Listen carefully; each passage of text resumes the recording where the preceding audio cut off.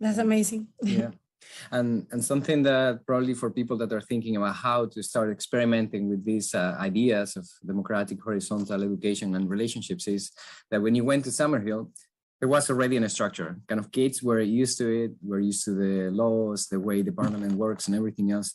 But how did it go after you left Summerhill and you went to other schools that maybe weren't functioning in a similar way?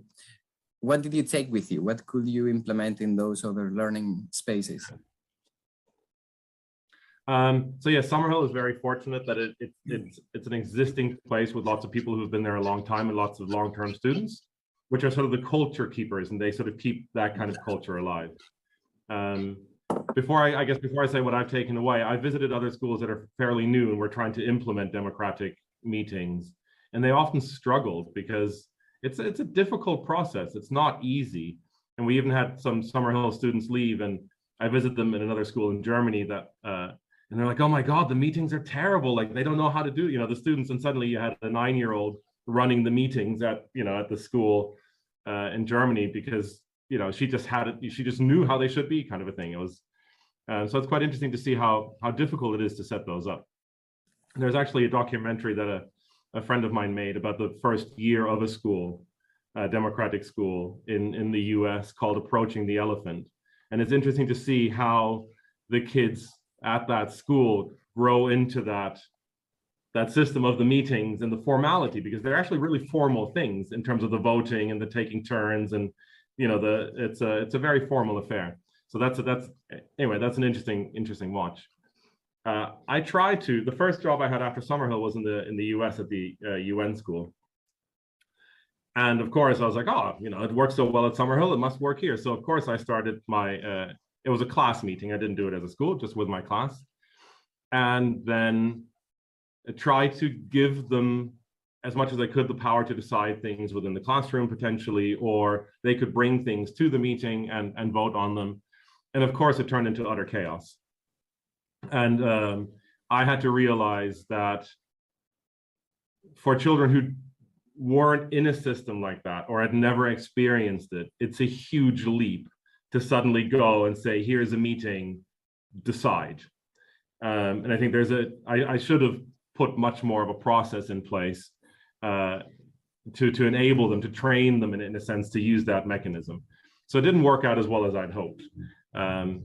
But I think the main thing to take away from Summerhill, and it's something that can be applied anywhere, is not so much the structure or the democratic meetings, it's very much an attitude towards children, which is something that I've been able to sort of apply wherever I worked since, or even during camps, or be it at the playground in New York where that I helped set up at some point.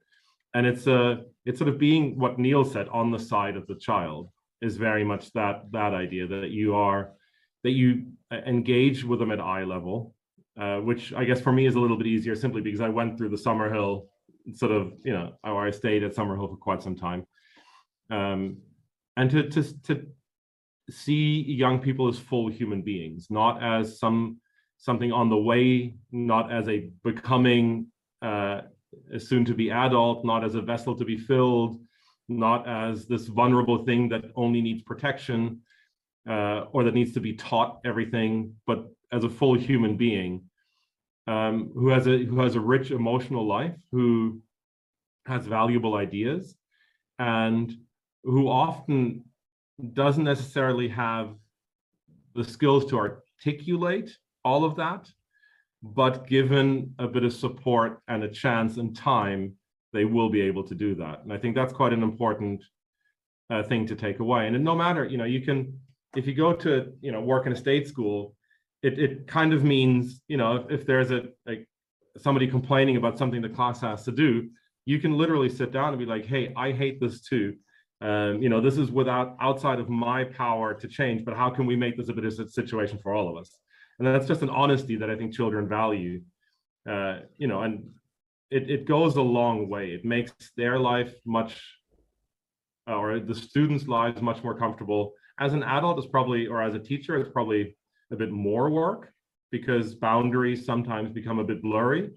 And that can be a lot of emotional work because children will then, potentially demand more and be emotionally more involved as well. But I think that's the one takeaway, is an attitude towards childhood or young people, not necessarily a structural thing that you need to sort of copy and recreate somewhere else. Yeah, and I can see how children can empathize with that and see that you're on their side, so they can talk with you about challenges and instead of being against you, because it feels like when you are in that hierarchical structure where there's power, you're really either just obeying, being a good follower, or rebelling and trying to stop yourself. No? And we don't really want people to develop in either of those directions. We want people that are able to communicate and look for the things that they want to achieve, but on a constructive way and respectful way with everyone else. At the same time, it's a essential human need to be in control of your life. You know, like that autonomy is super important to be fully human beings. No, I mean, there's small steps that anybody in any classroom can take, and it's sort of the, I don't know if you know, Arrow Education has a wonderful list somewhere on their website about sort of children's rights in school, and it's the, you know, not having to ask to go to the bathroom, but simply being able to declare I'm going to the bathroom. You know, not having to ask to get a drink of water, but just being able to go and do that. You know, the idea of physical movement when needed for a child, you know, for a young person is very important. The idea of not being compared to other children, not being like, oh, look how, you know, look, Johnny did this, why didn't you do this, kind of a thing, I think is very important. And, you know, young people and students do, you know, they do actually like knowing how well they're doing sometimes, but it shouldn't be a comparison to somebody else. It should be a comparison maybe to an abstract thing rather than, or to their own progress and see how they progress rather than comparing them to their peers. So there's a few things that are, you know, quite easy to sort of implement in a sense. Yeah.